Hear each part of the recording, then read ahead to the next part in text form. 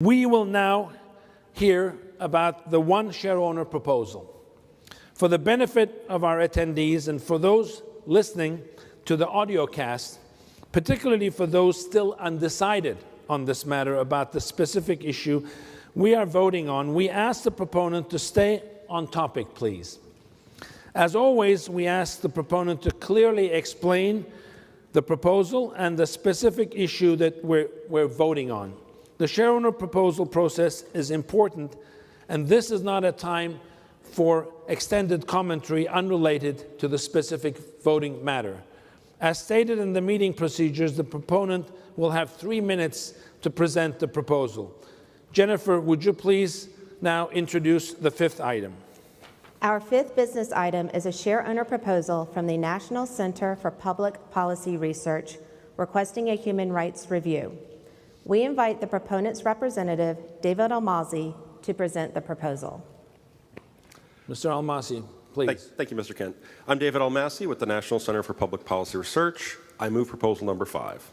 Last spring, Coca-Cola joined with other corporations in vilifying religious freedom. As Georgia politicians debated whether to adopt a religious freedom bill known as the Free Exercise Protection Act, perhaps the bill's biggest opponent was Georgia Prospers, a business coalition which Coca-Cola is one of the most prominent members. Georgia Prospers lobbied against the bill, and they boasted when Governor Nathan Deal vetoed it. I'm sorry to say, however, that much of the group's work was extremely dishonest, and I truly doubt it aligns with Coca-Cola's values. In its lobbying campaign, Georgia Prospers claimed the bill's legalized discrimination. That's a sensational lie. The federal government in 31 states have heightened religious freedom laws. These laws say the government should not interfere with an individual's religious freedom unless doing so is necessary to reach an important government goal. They also said that if the government can reach a goal in any way that does not abridge religious freedom, it should choose the alternative. That's it. The Federal Religious Freedom Restoration Act was co-authored by Senator Ted Kennedy, and it was signed into law by President Bill Clinton.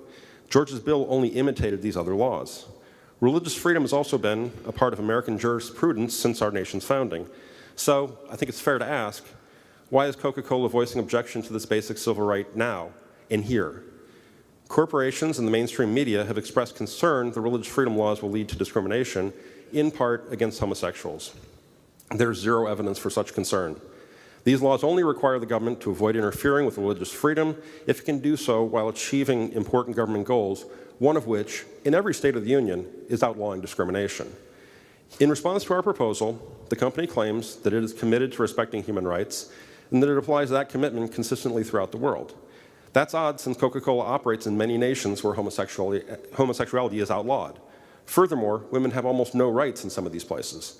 Our proposal simply asks that management prepare a report identifying Coca-Cola's criteria for operating in regions with significant and systemic human rights abuse violations.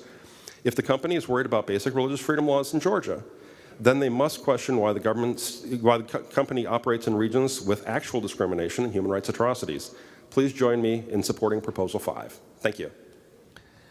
Thank you, Mr. Almasi, and thank you for presenting this proposal. The matter shareowners are actually being asked to vote on is a request that we conduct a human rights review.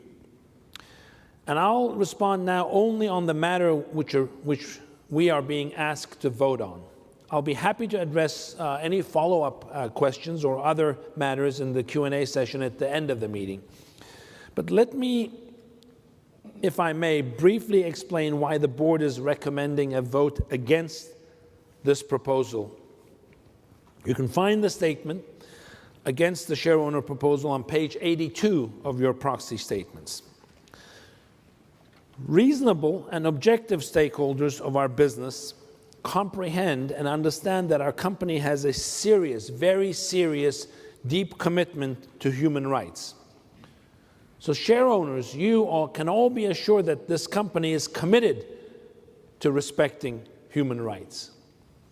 And contrary to what is suggested in this proposal, we apply that commitment very consistently around the world, including in those countries cited in the proposal. We respect international human rights principles aimed at promoting and protecting human rights. These include the United Nations Universal Declaration on Human Rights, They include the International Labor Organization's Declaration on Fundamental Principles and Rights at Work, and they include the UN Guiding Principles on Business and Human Rights. The company's clear acknowledgement of these principles is consistent with our dedication to enriching the workplace, to preserving the environment, to strengthening the communities where we operate, and also engaging with stakeholders to pursue progress towards these goals. So, like the proponent, the board agrees that all of our actions, wherever we operate, should be aligned with our company's values and vision for success. The board strongly believes that they are aligned, So while we respect the proponent's right to disagree with us on any matter, the implication in this proposal is that the company is somehow inconsistent in its commitment and application of human rights, and that is simply not true. Further, any suggestion, like the one contained in this proposal, that the company's operations in high-risk regions may somehow worsen human rights in those areas is also simply not true. And finally, the final point, the board recognizes that not every shareowner agrees with every decision the company makes, nor with every organization the company is involved with. It seems that the proponent does not agree with the company's involvement with Georgia Prospers. In 2015, the Coca-Cola company joined more than 500 other businesses in supporting Georgia Prospers Business Coalition Pledge. This partnership of businesses committed to a prosperous Georgia that actually welcomes all people.